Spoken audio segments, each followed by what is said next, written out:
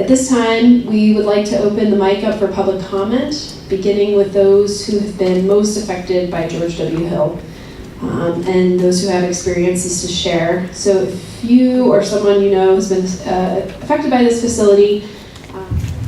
Thank you for allowing me to have a few words. My name is Penny McDonough, and I'm the Executive Director over a program, an organization called Community Forgiveness and Restoration.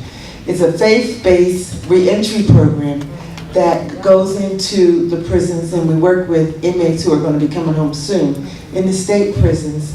And then when they come home, our organization provides them with resources. We have ministers, pastors, lay people, and we have life coaches that help and walk with inmates when they come home. A lot of times they come home, they don't have the wherewithal to get a job, to look for housing, and some of their support systems are totally gone. But listening to some of the issues that's going on at George's Hill, I'm appalled. And what I'd like to know, and this is my question, what can we do as a community that can attack or stop this abuse that's going on with the young people, the older people that are in the George's Hill? What can we do now and not wait?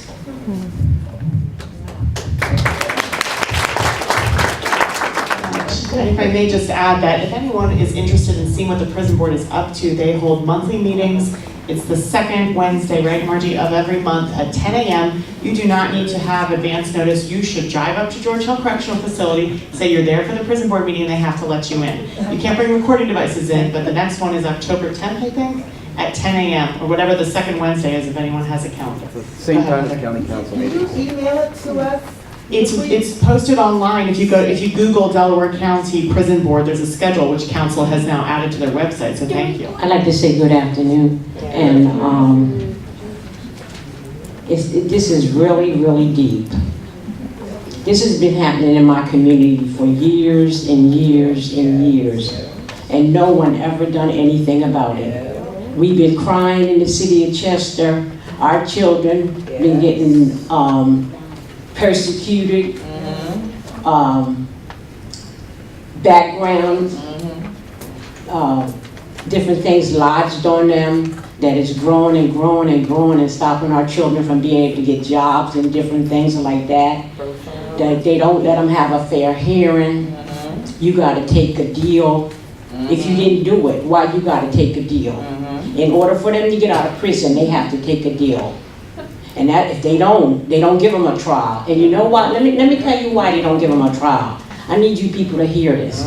The reason why they say they don't give our people a fair trial is because of the Caucasians out here in the county will not give us justice when we go to court. That if you're the jury, that you will not give us justice. So that's what we're dealing with. Everything that's been said here today is true. They're not lying, they're telling the truth. If a policeman beats you out in the street and you need to get medical help, you're not going to get it out there in that county prison, no matter what. I had a nephew that died out there. They gave him an aspirin. He had a peptic ulcer, and they gave him an aspirin. So I'm just so glad that other people are seeing and experiencing what we, the people in Chester, have been experiencing all that time. The 50% that you're talking about, they come from the city of Chester, just for walking down the street, and I could show you the affidavit that says that. Yeah. Thank you. Yeah.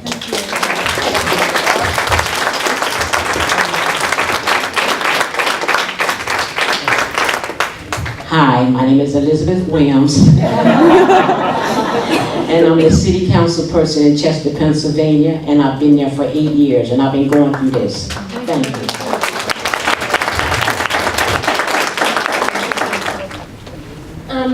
My question is, some of the stuff described sounded like a hygiene risk or a health risk.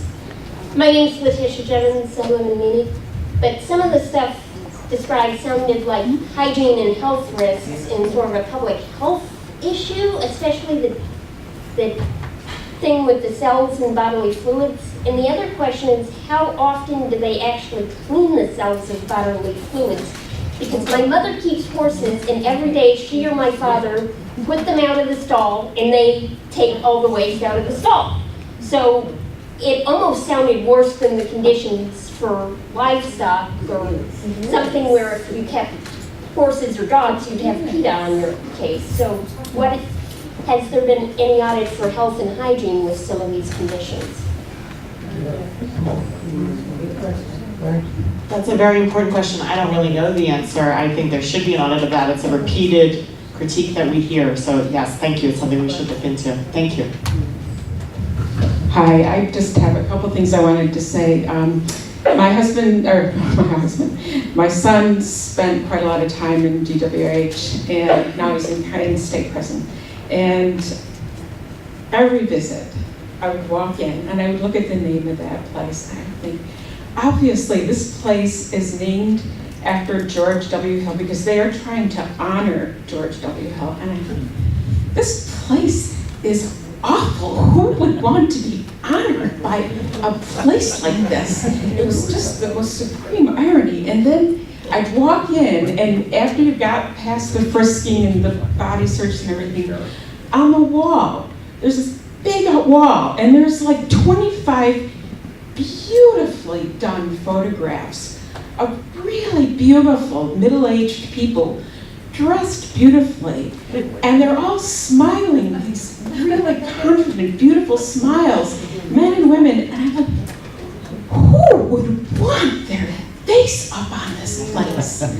It was just such like, and I'll tell you, the stories we've heard today, they ring exactly true with my son's experience, except I have way more hair-raising stories, which I'm not going to go into today, but it's just as it was said, and it's actually worse. That's all.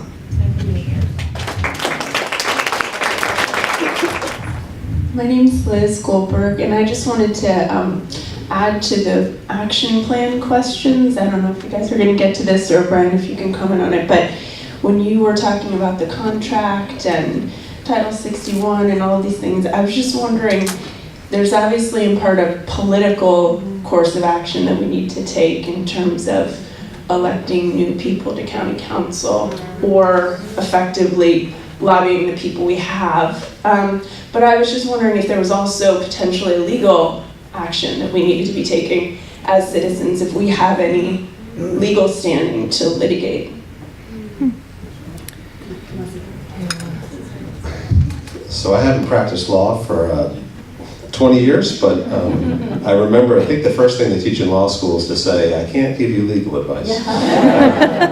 Unless you're paying a lot of money, in which case then we can so I don't know the answer to that. I mean, I think the first step that I'm going to take, and that we could collectively take as a community to the extent that anybody wanted to be involved, was to better understand the legal framework within which we're operating. You know, there may be, the research I did, and it came from hard work from Margie and from